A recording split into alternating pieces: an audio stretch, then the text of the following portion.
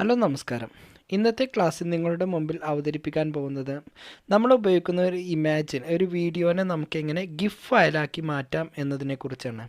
ഗിഫ് file എന്ന് പറഞ്ഞാൽ നിങ്ങൾ വാട്സപ്പിലൊക്കെ കണ്ടിട്ടുണ്ടാവും പല സ്റ്റിക്കേഴ്സ്. അതായത് നമ്മൾ കൊടുക്കുന്ന വീഡിയോസിനെ നമുക്ക് സ്റ്റിക്കറാക്കി മാറ്റിയിട്ട് നമുക്ക് എന്ത് ചെയ്യാം, യൂസ് ചെയ്യാം. ഈ ഗിഫ് ഇമേജ് ഉപയോഗിക്കുകയാണെങ്കിൽ നമുക്കതിൻ്റെ സൈസ് വളരെ കുറവായിരിക്കും. അത് പല വെബ്സൈറ്റ് അങ്ങനെയുള്ള പല ഭാഗത്തും യൂസ് ചെയ്യാനൊക്കെ എളുപ്പമാണ്. അപ്പോൾ കുറച്ച് ഗിഫ് ഇമേജിൻ്റെ എക്സാമ്പിൾ പറഞ്ഞു തരാം. ജസ്റ്റ് ഗൂഗിൾ ഓപ്പൺ ചെയ്തു. ഓക്കെ, അതിനുശേഷം നമുക്കിവിടെ വന്ന് ഇമേജിൽ പോയിട്ട് ഗൂഗിൾ ഇമേജിൽ പോയിട്ട് കുറച്ച് ഗിഫ് ഇമേജ് നമുക്ക് എന്ത് ചെയ്യാം, ഇവിടുന്ന് സെർച്ച് ചെയ്യാം.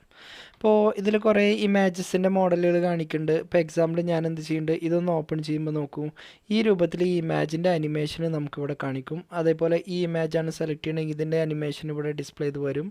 അതേപോലെ ഈ ഇമേജാണ് സെലക്ട് ചെയ്യണമെങ്കിൽ അതിൻ്റെ അനിമേഷൻ ഇവിടെ അതുപോലെ ഡിസ്പ്ലേ ചെയ്ത് വരും. അതേപോലെ ഈ ഇമേജ് ആണെങ്കിൽ നമുക്ക് എന്ത് ചെയ്യും, അതിൻ്റെ അനിമേഷൻ ഇവിടെ നമുക്ക് ഡിസ്പ്ലേ ചെയ്ത് വരും. അപ്പോൾ ഇത്തരത്തിലുള്ളൊരു നമ്മൾ കൊടുക്കുന്ന ഒരു വീഡിയോനെ നമുക്ക് എങ്ങനെ ഗിഫ് ഇമേജാക്കി കൺവേർട്ട് ചെയ്യാം എന്നതിനെക്കുറിച്ചാണ് ഇന്നത്തെ ക്ലാസ്സിൽ പറയുന്നത്.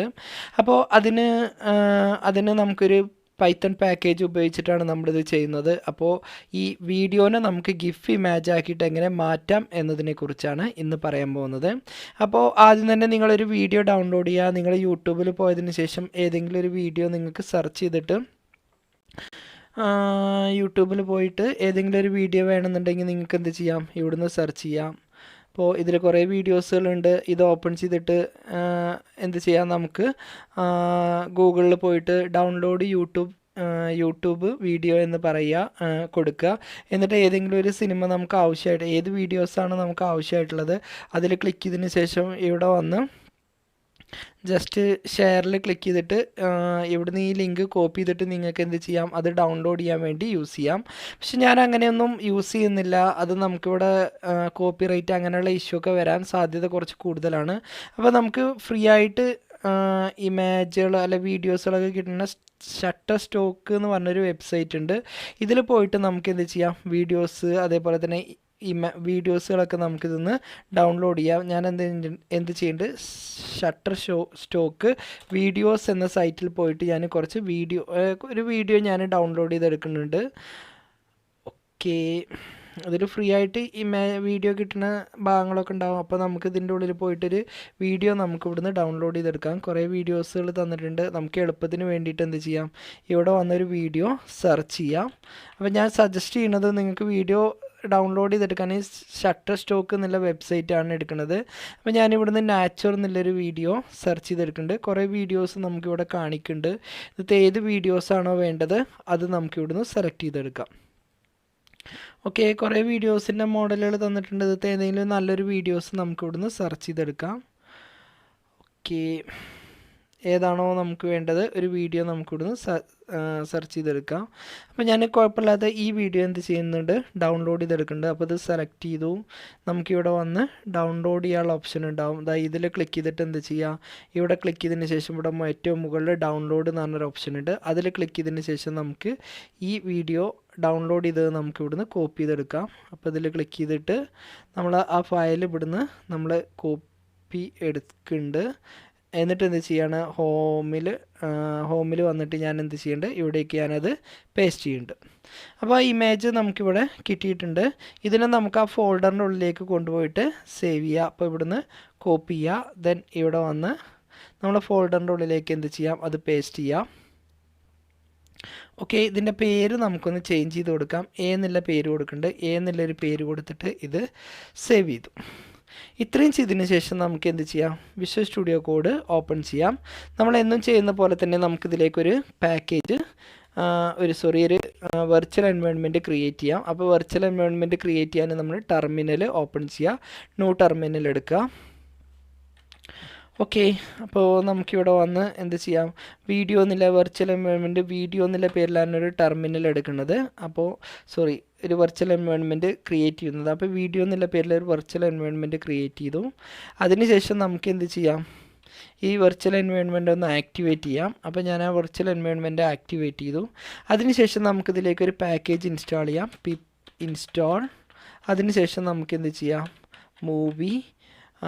മൂവി അതിനുശേഷം py എന്നൊരു പാക്കേജാണ് നമ്മളിതിലേക്ക് ഇൻസ്റ്റാൾ ചെയ്യുന്നത്. അപ്പോൾ കുറച്ച് അഡീഷണൽ ആയിട്ട് ഇതിൻ്റെ കൂടെ മറ്റു പല പാക്കേജുകളും ഡൗൺലോഡ് ചെയ്ത് വരുന്നുണ്ട്. അപ്പോൾ നിങ്ങളെ കമ്പ്യൂട്ടറിൽ നിന്ന് ഡാറ്റ കുറച്ച് യൂസ് ചെയ്യാൻ സാധ്യത ഉണ്ട്. അപ്പോൾ ഇൻ്റർനെറ്റൊക്കെ ഒന്ന് ചെക്ക് ചെയ്യുക. അപ്പോൾ അത് ഡൗൺലോഡ് ചെയ്ത് വരുന്നത് വരെ നമുക്കൊന്ന് വെയിറ്റ് ചെയ്യാം. ഓക്കെ, ഇപ്പോൾ ഡൗൺലോഡ് കംപ്ലീറ്റ് ആയിട്ടുണ്ട്. ഇനിയൊക്കെ അതെല്ലാം ഇൻസ്റ്റാൾ ചെയ്യാണ്. ഒട്ടനവധി പാക്കേജുകൾ ഇതിലേക്ക് ആവശ്യമായിട്ട് വരുന്നുണ്ട്. അതെല്ലാം ഇതിലേക്ക് ഇൻസ്റ്റാൾ ആയിട്ടുണ്ട്. ഇനി നമുക്ക് എന്ത് ചെയ്യാം, നമ്മളെ വർക്ക് അല്ലെങ്കിൽ നമുക്ക് കോഡ് എഴുതി തുടങ്ങാം. അപ്പോൾ ഞാനിവിടെ വന്ന് video.py എന്ന പേരിലൊരു ഫയൽ ക്രിയേറ്റ് ചെയ്യുന്നുണ്ട്. video.py എന്ന പേരിലൊരു ഫയൽ ക്രിയേറ്റ് ചെയ്തു. ഇനി അതിനുശേഷം നമ്മളിവിടെ വന്ന് അതിനുശേഷം നമുക്കിവിടെ വന്ന് movie.py എന്ന് ചേർത്ത് കൊടുക്കാം. ഓക്കെ, വെർച്വൽ എൻവയോൺമെൻറ്റ് ആക്റ്റീവായിട്ടുണ്ട്. അതിലെ പാക്കേജുകളൊന്നും ലോഡ് ചെയ്ത് വരുന്നില്ല. അപ്പോൾ ഞാനിവിടെ വന്ന് movie.py എന്നുള്ള ആ ഫയൽ എടുത്തു. അതിനുശേഷം നമുക്കിവിടെ വന്ന് .editor എന്ന് ചേർത്ത് കൊടുത്തു. അതിനുശേഷം നമുക്കിതിലേക്ക് ഇമ്പോർട്ട് വീഡിയോ ഫയൽ ക്ലിപ്പ് എന്നുള്ളൊരു ഫയൽ ഇതിലേക്ക് ആഡ് ചെയ്യാം. വീഡിയോ ഫയൽ ക്ലിപ്പ് എന്നൊരു നമുക്ക് ഈ പ്രോഗ്രാമിലേക്ക് ആ മെത്തേഡിനെ കൊണ്ടുവരാം. അതിനുശേഷം ഇവിടെ ഒരു വേരിയബിൾ ഡിക്ലെയർ ചെയ്യാണ്. വേരിയബിളിൻ്റെ പേര് വീഡിയോ ക്ലിപ്പ് എന്ന് ചേർത്ത് കൊടുത്തു. ഈക്വൽ ടു എന്നിട്ട് ഇവിടെ വന്ന് വീഡിയോ ക്ലിപ്പ് ഫയൽ എന്നിട്ടതിന് ശേഷം ഡബിൾ കൊട്ടേഷൻ്റെ ഉള്ളിൽ നമ്മളിതിലേക്ക് ആ ഡൗൺലോഡ് ചെയ്ത് ചേർത്ത ആ ഫയലിൻ്റെ പേര് ഇവിടെ ചേർത്ത് കൊടുക്കുക. അപ്പോൾ വെബ് എന്നാണ് അതിൻ്റെ എക്സ്റ്റൻഷന്. അപ്പോൾ അത് ചേർത്ത് കൊടുത്തു. അതിനുശേഷം നമുക്ക് എന്ത് ചെയ്യാം, ഇത് ഔട്ട്പുട്ടായിട്ട് വരാൻ വേണ്ടിയിട്ട് ഇവിടെ വന്ന് വീഡിയോ ക്ലിപ്പ് റൈറ്റ് ഗിഫ് എന്ന് ചേർത്ത് കൊടുക്കുക. അതിനുശേഷം നമുക്ക് എന്ത് പേരിലാണ് ഈ ഗിഫ് ജനറേറ്റ് ചെയ്യേണ്ടത് അതിൻ്റെ പേര് കൊടുക്കുക. അപ്പോൾ നമുക്കിവിടെ ജനറേറ്റ് ചെയ്ത് വേണ്ടത് a.gif എന്ന പേരിലാണ്. അപ്പോൾ അത് നമുക്കിവിടെ വന്ന് ചേർത്ത് കൊടുത്തു. a.gif എന്ന് ചേർത്ത് കൊടുത്തു. ഇത്രയും മാത്രമാണ് നമ്മളെ കോഡ് വരുന്നത്. ഇതൊന്ന് സേവ് ചെയ്യാം. അതിനുശേഷം നമുക്കിതൊന്ന് റൺ ചെയ്യിപ്പിച്ച് നോക്കാം. അപ്പോൾ റൺ ചെയ്യാൻ നമ്മളിവിടെ വന്ന് ജസ്റ്റ് ഇതിലൊന്ന് ക്ലിക്ക് ചെയ്തു. അപ്പോൾ ആ ഫയൽ റൺ ചെയ്ത് വരുന്നത് വരെ നമുക്കൊന്ന് വെയിറ്റ് ചെയ്യാം. ചിലപ്പോൾ നിങ്ങൾക്ക് ഇതിലേക്ക് കുറച്ച് പാക്കേജുകളൊക്കെ ഡൗൺലോഡായിട്ട് വരേണ്ടതുണ്ട്. അപ്പോൾ അത് ഡൗൺലോഡ് ചെയ്ത് വരുന്നത് വരെ ഒന്ന് വെയിറ്റ് ചെയ്യാം. ഓക്കെ, അപ്പോൾ നമുക്കിവിടെ നമ്മൾ ആ ഫയൽ ക്രിയേറ്റ് ആയിട്ടുണ്ട്. അപ്പോൾ ഇവിടെ കുറച്ചുകൂടി ഇപ്പോൾ നമ്മൾ ആ കൊടുത്ത ഫയലിനെ ഇപ്പോൾ എന്ത് ചെയ്യാണ്, ഗിഫിലേക്കായിട്ട് കൺവേർട്ട് ചെയ്തുകൊണ്ടിരിക്കുകയാണ്. അപ്പോൾ അത് ഏതാണ്ട് ഒരു കുറച്ച് സമയം എടുക്കും. അപ്പോൾ ഈ ടെർമിനലിൻ്റെ ഉള്ളിൽ അത് കംപ്ലീറ്റ് ചെയ്ത് വരുന്നത് വരെ നിങ്ങൾ എന്ത് ചെയ്യാം, ഒന്ന് വെയിറ്റ് ചെയ്യാം. ഗിഫ് ഇമേജ് ജനറേറ്റ് ആയി വന്നിട്ടുണ്ട്. കുറച്ചധികം സമയം തന്നെ ഇത് ജനറേറ്റ് ചെയ്തെടുക്കാൻ വന്നു. നിങ്ങളുടെ സിസ്റ്റത്തിൻ്റെ കോൺഫിഗറേഷൻ അനുസരിച്ച് ചിലപ്പോൾ ഇത് പെട്ടെന്ന് ജനറേറ്റ് ചെയ്ത് വരും. ഓക്കെ, ഞാൻ ആദ്യം ടെസ്റ്റ് ചെയ്തപ്പോൾ പെട്ടെന്ന് ജനറേറ്റ് ചെയ്തു. പക്ഷേ ഈ വീഡിയോ ജനറേറ്റ് ചെയ്ത് വരാൻ കുറച്ച് അധികം സമയം തന്നെ എടുത്തു.